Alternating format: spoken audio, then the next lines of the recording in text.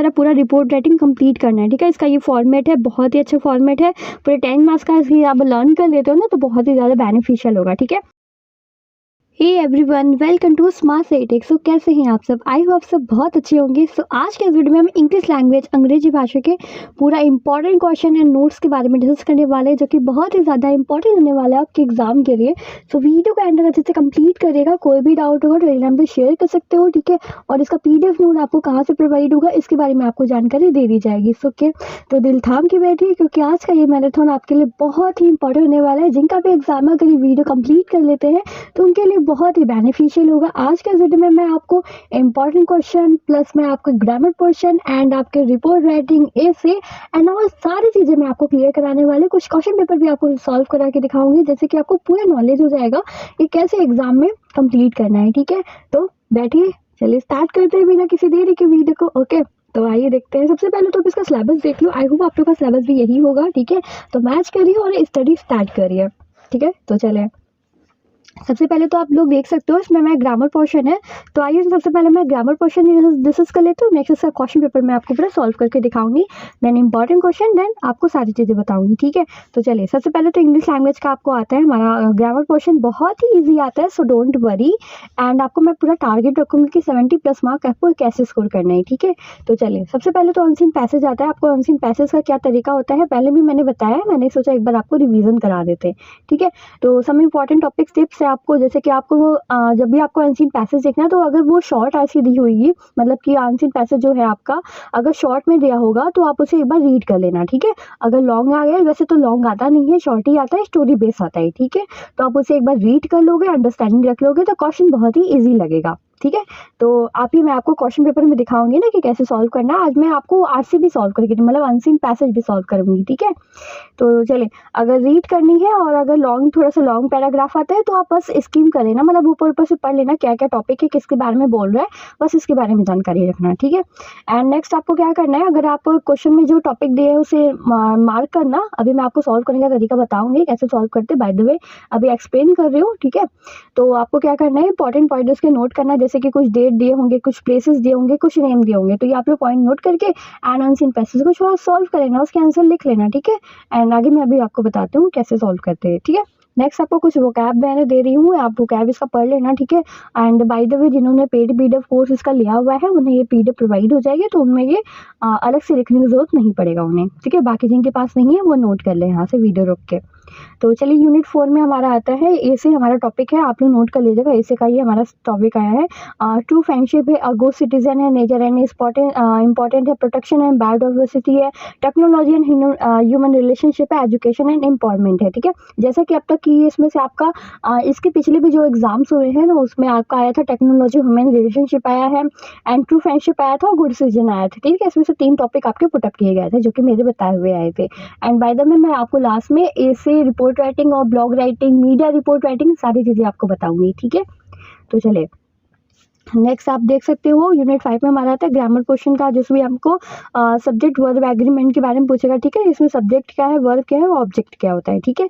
तो जैसे कि आपका दिया हुआ है dog eats meat, dog meat खाता है, तो क्या हो जाएगा, सब्जेक्ट आपका क्या हो जाएगा, डॉग हो जाएगा। वर्ब आपका क्रिया कर रहा है, मतलब खा रहा है, ईटिंग कर रहा है, तो हमारा क्या हो जाएगा, वो वर्ब हो जाएगा।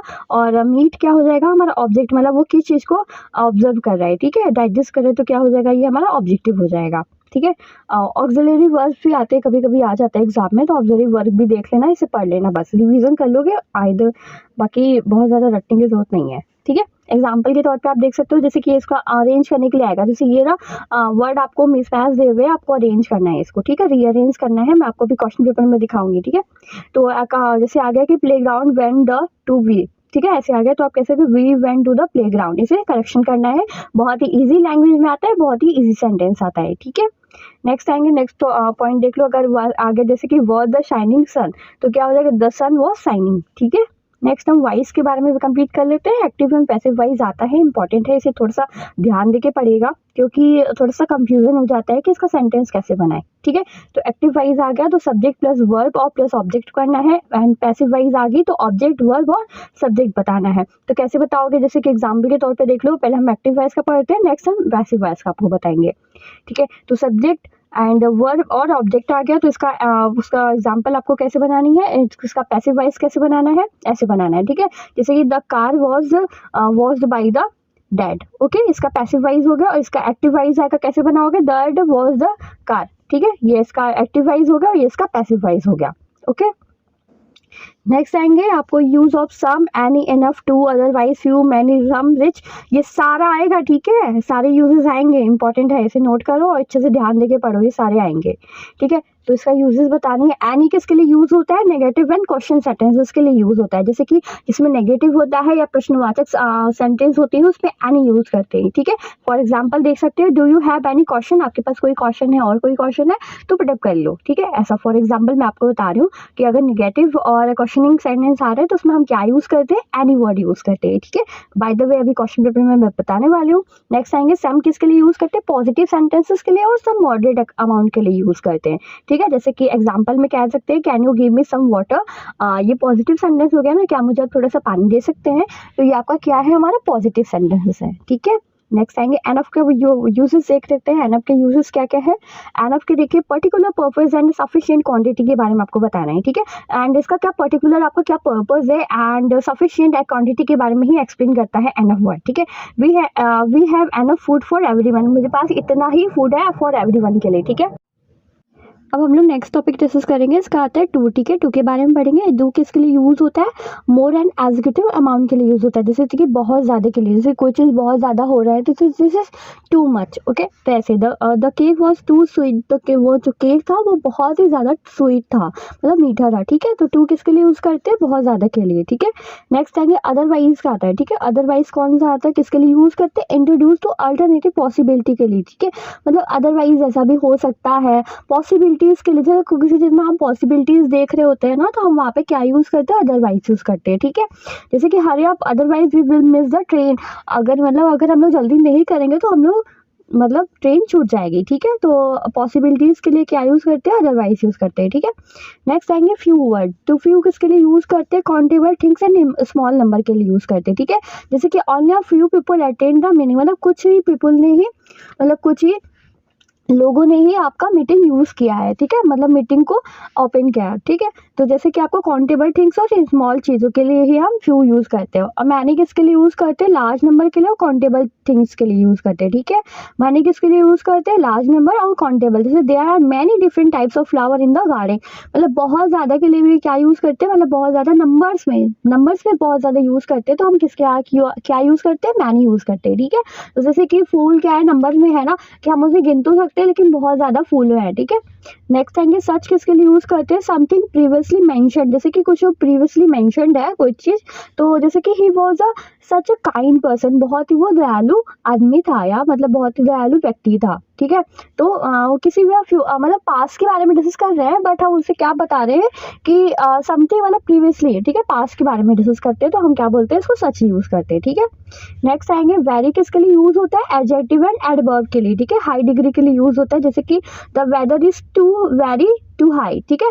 तो वेदर जो है हमारा बहुत ही ज्यादा हाई है, तो वेरी किसके लिए करते हैं, बहुत के लिए, ठीक है। अब हम लोग प्रीपोजिशन के यूजेस से पढ़ेंगे, ठीक है। प्रीपोजिशन क्या होता है, वाक्यों में शब्दों के बीच संबंध जो बताते हैं उसे प्रीपोजिशन कहते हैं, जैसे कि in, at, on, of, to, by, with, across, around and down, about, as, for, from, before, below, until, down, into, toward, ये हमारा क्या है, हमारा सारा प्रीपोजिशन है, ठीक है। इंपॉर्टेंट है, इसे याद कर लेना कि कभी कभी ना दिया नहीं होता है बट हमें प्रीपोजिशन फिल करना पड़ता है, ठीक है। तो मैं आपको थोड़ा सा यूजेस बताऊंगी उसके, ठीक है, प्रीपोजिशन कैसे फिल करते हैं। बाकी आपको ये पॉइंट्स आपको सारे याद करने पड़ेंगे, वर्ड याद कर लेना कि प्रीपोजिशन कौन कौन सा वर्ड आता है, ओके। तो चलो इसका क्वेश्चन टैग पढ़ते हैं। नेक्स्ट हमारा आता है क्वेश्चन टैग कैसे यूज करते हैं, किसी वाक्य में जोड़े जाने वाला वह प्रश्न है जो श्रोता से पुष्टि करने के लिए किया जाता है, जैसे हम लोग किसी से पूछते हैं ना, ये घर कहाँ पे है, मतलब ऐसा कुछ पूछते हैं, मतलब किसी चीज को क्लैरिफाई करने के लिए हम लोग किसी चीज को यूज करते हैं, तो हमें क्वेश्चन टैग यूज करते हैं, है ना वर्ड यूज करते हैं ना, है ना, या ऐसा है ना, तो वो जो है ना वाला वर्ड है ना, तो वो हमारा क्वेश्चन टैग में यूज होता है। जैसे she is from Korea, is it in, क्या वो कोरिया से है क्या, ऐसा, जैसे हम कंफर्म तो कर रहे हैं बट मेरा वो क्वेश्चन भी है और मुझे कंफर्मेशन भी दे रहे हैं, ठीक है। तो बस वही चीज हमारा क्या आ जाता है, उसमें क्वेश्चन टैग आ जाता है, ठीक है। अब ये देखिए इसका कुछ पॉजिटिव एंड कंपैरेटिव और सुपरलेटिव डिग्री, जैसे स्मॉल स्मॉलेस्ट स्मॉलेस्ट, ये सब आपको पढ़ना पड़ेगा, खुद से पढ़ लेना। एंड बाय द वे मैं जब नोट्स इसका प्रोवाइड करूँगी आपको मिल जाएगा, इससे सारे पीडीएफ इंक्लूडेड है, ठीक है। बाकी आप स्क्रीनशॉट भी ले सकते हो, इसको पढ़ लेना आराम से अच्छे से, ठीक है। ओके तो चलिए पहले तो हम लॉन्ग क्वेश्चन फर्स्ट चैप्टर की डिस्कस करने वाले हैं। पहला तो इसमें आता है, द पोएट सेज दैट सेगिस describe life as dark and gloomy, does she agree with them, ठीक है। तो आइए इसका आंसर देख लेते हैं। तो देखिए इसका आंसर हमारा आता है, सेगिस describe life as a dark and gloomy, the poet Charlotte Bronte does not agree with this and state that this not true, life is to be enjoy and foolish. मतलब सेगिस मतलब क्या होता है, जो संतों की लाइफ क्यों इतनी सैड और उदासीन होती है, इसके बारे में लेखक ने बताया है, ठीक है। तो उनका मानना ऐसा नहीं है, लेखक का एक अपना नजरिया होता है, एक अपना जीने का सलीका होता है, ठीक है। नेक्स्ट आते हैं क्वेश्चन नंबर 2 पे चलते हैं। क्वेश्चन नंबर 2 हमारा कह रहा है, explain the attitude of the life that the poet is recommended, ठीक है। आपको एटीट्यूड कैसा है लाइफ का देखते हैं, सेकंड क्वेश्चन का आंसर आता है। तो देखिए सेकंड क्वेश्चन हमारा आता है, the attitude to life that Charlotte Bronte is recommended in this poem, life is one of the hope and optimism, मतलब एक आशा और आपका ऑप्टिमिज्म का जरिया है, जो कि the poet acknowledge that there are dark moments in the life but they will eventually pass, instead of succumbing to despair we should bear the trials that life with fearless and courageous, ठीक है। बिना किसी डर के और हम साहस से लाइफ को जीना चाहिए, ओके। नेक्स्ट आते हैं क्वेश्चन नंबर 3 की तरफ चलते हैं। नेक्स्ट हमारा क्वेश्चन नंबर 3 में आता है, what is describe as unconquered and why, ठीक है। अनकॉन्कर्ड का मतलब क्या होता है, चलिए देखते हैं। देखिए अनकॉन्कर्ड का मतलब होता है आपका अजय, ठीक है। अजय मतलब जिसकी भी जय ना हो, ठीक है, वो अजय है। ये मतलब इसका अर्थ है कि ये आशा है, ये जो गिरने से हमें ऊपर की ओर उठाती है, ठीक है, हमें अजय की तरफ मतलब कि जय की तरफ लेके जाती है, या एक आशा होती है, ठीक है। नेक्स्ट आता है, मैं आपको कुछ एक्स्ट्रा चीज़ें बताने वाली हूँ, जो कि सुनिए। तो पहला इसमें आता है, अगर आपको कुछ ऐसे क्वेश्चन पुटअप किया है जैसे कि what does life sunny hour refers to and according to the poet is how should we respond to them, ठीक है। अगर ऐसा क्वेश्चन आया, मान लीजिए इससे रिलेटेड क्वेश्चन आ रहा है, मान लीजिए अगर ऐसा सनी हावर्स के बारे में पूछा है बट इसका रिस्पॉन्ड न पूछ के कुछ और पूछ लिया, तो आप अगर इसका आंसर याद किए हो, रिविजन किए हो, तो उससे रिलेटेड आप लिख सकते हो, ठीक है। अगर इसमें घबराने वाला बात नहीं है। कभी कभी होता है कि हम जो चीज़ पढ़ते हैं एग्जामिनर वैसा ही क्वेश्चन देता है, बट वो क्या होता है ना कि आपको लैंग्वेज चेंज कर देता है, ठीक है। तो ऑप्शनल होता है ना कभी कभी, और में करके देखिए कुछ क्वेश्चन वैसा ही होता है लेकिन आंसर दोनों का सेम ही होता है, ठीक है, ऑप्शनल क्वेश्चन के। तो वही इसमें तरीका यही होता है कि इंग्लिश में कभी कभी एग्जामिनर आपको कंफ्यूज करने के लिए ऐसा क्वेश्चन बना सकता है कि आपने जो पढ़ा है आपको लगेगा कि अरे ये मैंने तो पढ़ा ही नहीं है, ये तो आया ही नहीं था, एंड ऐसा नहीं होता है, वो रिलेटेड ही क्वेश्चन होते हैं, ठीक है। एक बार आप अगर दोबारा अगर क्वेश्चन को ध्यान से पढ़ेंगे तो वो आपके क्वेश्चन जो भी पढ़े हुए हैं वो रिलेटेड ही रहते हैं, ठीक है। इसमें डरने वाली बात नहीं होती है कि आपने वो पढ़ा है और वो नहीं आया है, ठीक है। हमेशा रिलेटेड क्वेश्चन आता है, कोई भी आउट ऑफ सिलेबस क्वेश्चन नहीं पुटअप किया जाता, ठीक है। तो कॉलेज है, कोई कंपटीशन नहीं है जो अलग ही लेवल का क्वेश्चन पूछने लगेंगे, ठीक है, ऐसा कोई बात नहीं होती है। नेक्स्ट है क्वेश्चन नंबर 5 में डिस्कस कर लेते हैं, describe the imagery and it's effectiveness in the poem, ठीक है। सारे क्वेश्चंस को आप नोट करते हुए चलो, क्योंकि अगर सारे क्वेश्चंस के आंसर मैं आपको अगर बताने लगूंगी तो बहुत टाइम लग जाएगा और एक एक चीज़ को एक्सप्लेन करना इम्पॉसिबल सा है। बाकी मैं इस वीडियो में आपको सारे यूनिट्स कंप्लीट करा दे रही हूँ, एंड ग्रामर पोर्शन आपको मैं नेक्स्ट वीडियो में कंप्लीट कराऊंगी, जो कि आज या कल पर में आपको वीडियो मिल जाएगा, ठीक है। तो डोंट वरी, आपको सारी चीज़ें कंप्लीट कराऊंगी, सारे सब्जेक्ट के आपको इंपॉर्टेंट क्वेश्चन दूंगी। जैसे कि हिंदी के पेपर आप लोग ने बहुत अच्छे से किया है, नेक्स्ट आपको इंग्लिश का भी अच्छे से करना है, नेक्स्ट आगे सारे सब्जेक्ट कंप्लीट करने हैं, ठीक है। तो चलिए सेकंड क्वेश्चन चैप्टर के बारे में डिस्कस कर लेते हैं, जिसमें हमारा क्वेश्चन है रॉन्ग मैन इन वर्कर्स पैराडाइज के रिलेटेड क्वेश्चन आपके सारे आएंगे। तो पहला आता है, what should things of did the man do on the earth, ठीक है। मतलब कि आपका धरती पे आने का क्या आपका पहलू है, क्या तरीका है, क्यों आप धरती पे आए हैं, ऐसा कुछ क्वेश्चन अगर पुटअप करेगा तो आप ऐसा क्वेश्चन का आंसर वही लिखना जो आपको याद है। ये नहीं कि मतलब आपने पढ़ा और मुझे याद क्या था और मैं क्या लिख रहा हूँ, ऐसा कुछ भी नहीं, आप लिख सकते हो रिलेट करके, ठीक है। नेक्स्ट आएंगे क्वेश्चन नंबर 2 में पुटअप कर रहा है, what was the attitude of the man and women before the entry of the wrong man in workers paradise, ठीक है। नेक्स्ट आपको अगर इसका पेड पीडीएफ चाहिए होगा तो मुझे टेलीग्राम पे शेयर कीजिएगा, इसका मैं पेड पीडीएफ कोर्स आपको प्रोवाइड करूंगी, जो कि बहुत ही कम प्राइजेस में आपको सारी चीज़ें मिल जाएंगी, ठीक है।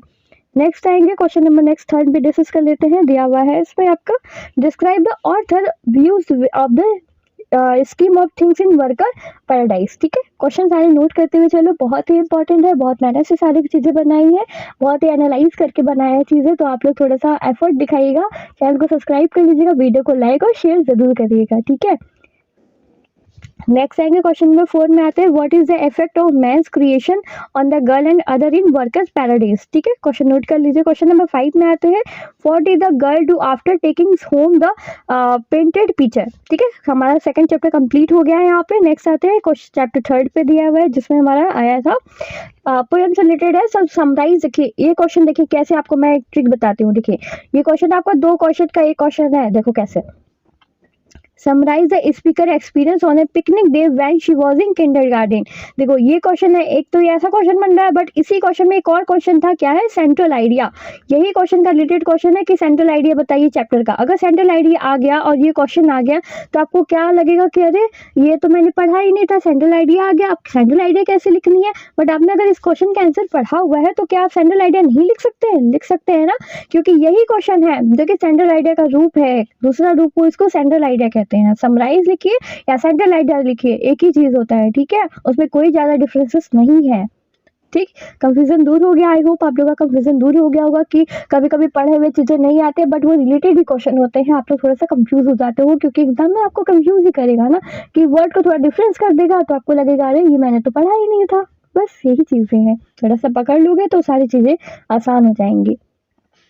नेक्स्ट आते हैं क्वेश्चन नंबर 2 में है, the speaker of the poem says today the word is a little more my own word she is man. ठीक है, इसका क्वेश्चन कंप्लीट करेगा। नेक्स्ट आएंगे क्वेश्चन नंबर 3 में दिया हुआ है, the poet uses several expressions such as blue frog and honey coloured, find out what such hypernative words are called and how they are used. ठीक है, देखो अब blue frog and Honey colour से related जितने क्वेश्चन आपको exam में आएंगे ना, सारे आप आंसर ऐसे मिक्स मैच करके लिख सकते हो। ठीक है, डराने वाला बात नहीं है। क्या है इसमें, अगर ब्लू फॉक्स से रिलेटेड क्वेश्चन आ रहा है तो लिख देना। ठीक है, डरने की जरूरत नहीं है। और इसके सारे आंसर आपको चाहिए होगा तो टेलीग्राम पे शेयर करना, वहां से मिल जाएगा, डीएम करना, इसके आंसर भी मैं आपको प्रोवाइड करूंगी। नेक्स्ट आएंगे चैप्टर 4 में पुटअप कर रहा है कि फर्स्ट है, What according to Narayan should be the character of a Bharat brand of English emerging in India। ठीक है, क्वेश्चन नोट करिए। नेक्स्ट आएंगे क्वेश्चन नंबर 2 में पुटअप कर रहा है, according to the Narayan what are the differences in the use of English America British of India. ठीक है, इसमें इंग्लिश के बारे में पूछा था कि इंग्लिश कैसा लैंग्वेज है, इंग्लिश के बारे में क्या है, इंग्लिश कैसे होती है, बस यही है, ये चैप्टर में इसी के बारे में बताया गया है। टू स्टेट इंग्लिश है ना ये चैप्टर का नेम। नेक्स्ट आएंगे क्वेश्चन नंबर 3 में, in the 3rd and 4th paragraph the author discuss the use of English in which country. ठीक है, तो 3rd, 4th, first paragraph, second paragraph से जितने रिलेटेड क्वेश्चन होंगे सारे पढ़ लीजिएगा। मैं फिर से बता देती हूँ कि 3rd, 4th, first, second paragraph से जितने रिलेटेड क्वेश्चन बनेंगे सारे आपको पढ़ने हैं। ठीक है, क्वेश्चन नंबर 4 में आते हैं, Narayan refers to muffins at the beginning on the essay. ठीक है, ये क्वेश्चन इंपॉर्टेंट, इसे नोट करेगा। ठीक है, तो अब आते हैं इसका क्वेश्चन पेपर डिस्कस कर लेते हैं। नेक्स्ट में आपको इसका पूरा एसे राइटिंग एंड नेक्स्ट आपको report writing and blog writing सब कुछ आपको अभी डिस्कस कराऊंगी। ठीक है, एंड सारा ग्रामर पोर्शन कंप्लीट कराएंगे। ठीक है, इंपॉर्टेंट भी बताते चल रहे हो, उसे नोट करते हुए चलना, जो सिमिलर क्वेश्चन होंगे उसे मैं बता दूंगी।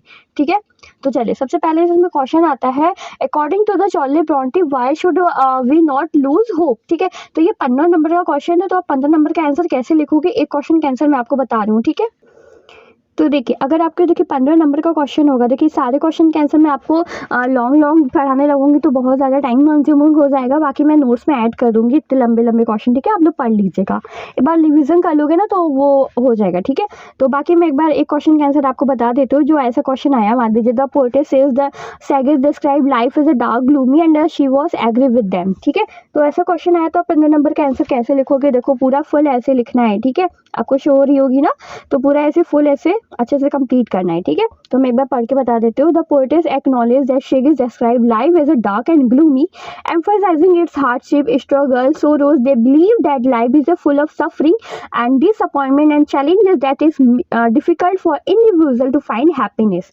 However, the poetess does not fully agree with this negative perspective. While she recognizes the life has difficulties, she also believes that it holds beauty, hope and joy.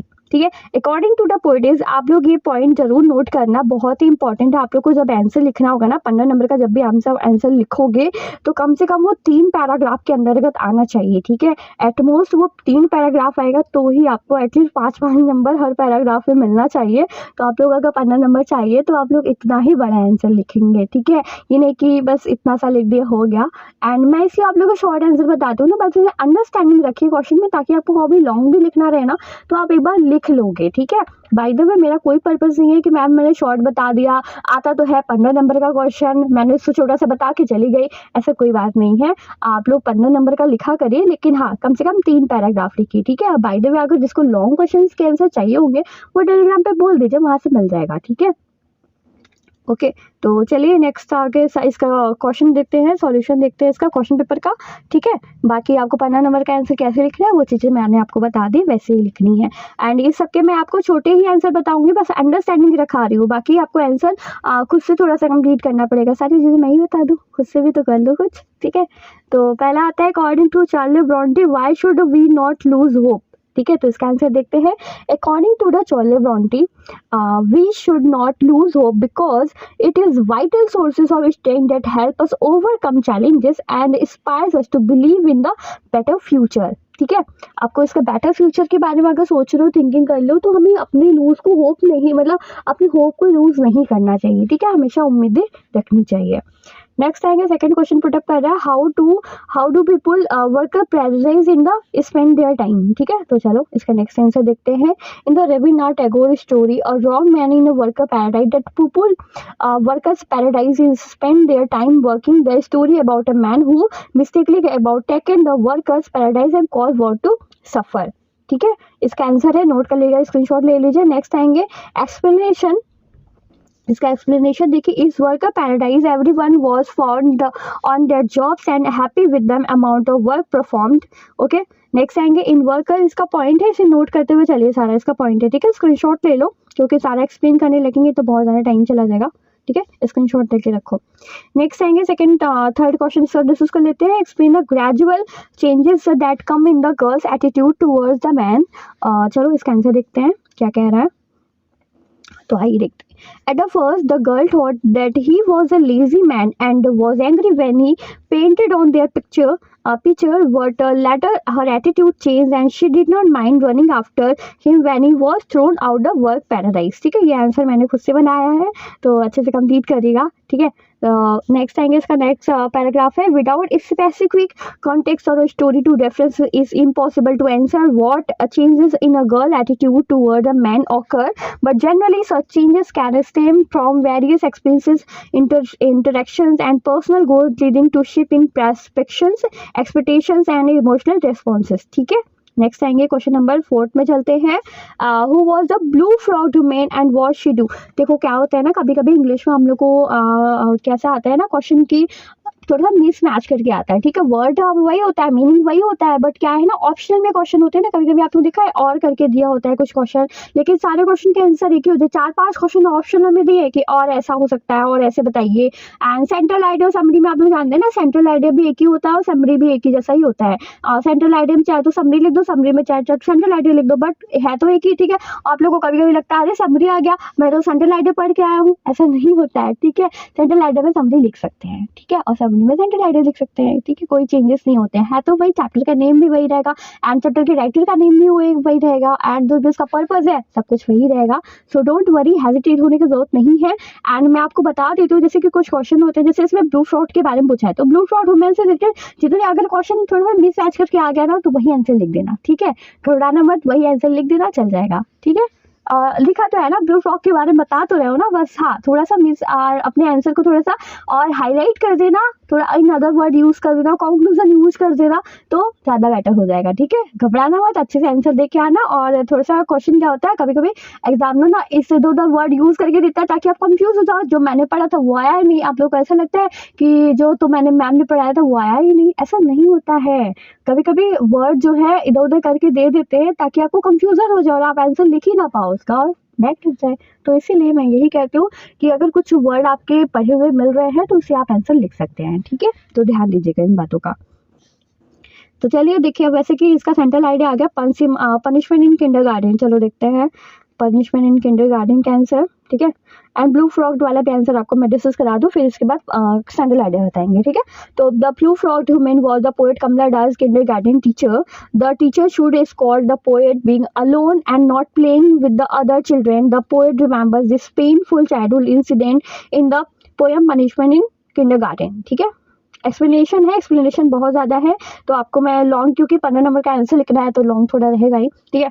तो आइए सेंट्रल आइडिया कंप्लीट करते हैं। The central idea of Kamala Das punishment in kindergarten resolve around the painful child memory of being reprimanded a teacher, ठीक है। और बाकी इसका notes आपको टेलीग्राम पे प्रोवाइड हो जाएगा। इसका आप पेड PDF नोट्स ले सकते हो, ठीक है। बहुत ही कम अमाउंट में आपको इसका पेड PDF नोट्स मिल जाएगा सारे ऑल सब्जेक्ट का, ठीक है। तो आप लोग टेलीग्राम पे मेरे से DM करके कंफर्म कर लीजिएगा, ठीक है। तो हो गया इसका, आपको पूरा सेंट्रल आइडिया कंप्लीट करना है। इसका देखिए और भी पूरा एक्सप्लेनेशन के साथ मैंने बताया, ठीक है। 15 नंबर का आंसर है, इसलिए मैंने थोड़ा सा इस बार लंबा आंसर आपको दिखाया है कि आपको ऐसे ही कंप्लीट करना है, ठीक है। तो देख सकते हैं in America the concept, next question का आंसर है ये वाला। तो आइए देखते हैं। तो चलिए अभी नेक्स्ट क्वेश्चन आता है, how as the English change American is resulting toasting. And next हमारा है discuss the narrator attitude toward America English, ठीक है। ओके, तो आपको दोनों क्वेश्चन के आंसर मैं साथ में देने वाली हूँ। तो आइए देखिए, this process of toasting of America English language and in America has led to doing away of rigidity and formalism of surrounding, ठीक है। तो इसका आपका टोस्टिंग ऑफ अमेरिका का आंसर हो गया। नेक्स्ट क्वेश्चन आते हैं, तो इसका आंसर देखिए, what was inherent attitude towards in American English, ठीक। तो आइए आंसर देखते हैं।